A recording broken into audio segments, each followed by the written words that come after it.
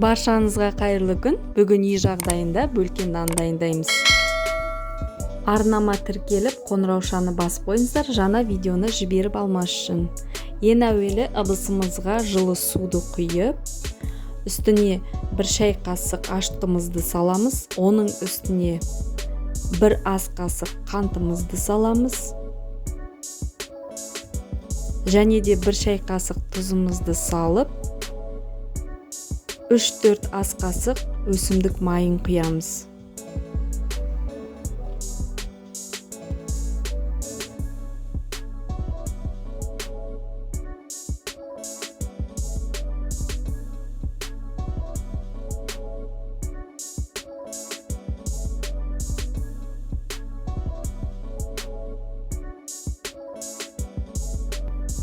Енді осы қоспаның үстіне елеуіштен өткізілген ұнымызды ақырындап қасықпен қосып, біртіндеп қамыр илей бастаймыз.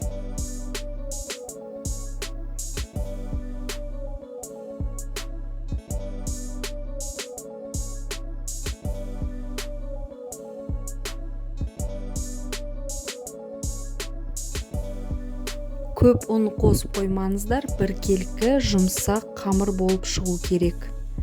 Бетін жауып, көтерілгенше қамырды жылы жерге қойып қоямыз.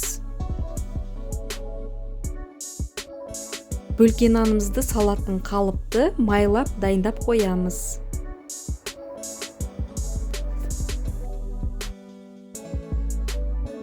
Міне қамырымыз көтерілді. Енді бұл қамырды тура 1-2 бөлікке бөліп, қолымызбен илеп, дұрыстап қалыпқа салып шығамыз.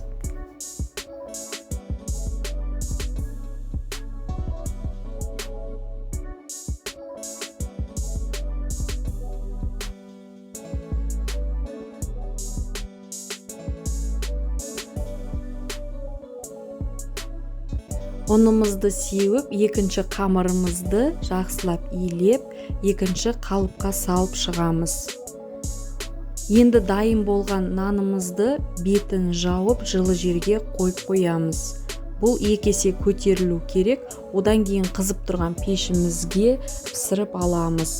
Осымен үй жағдайындағы нанымыз дайын болды.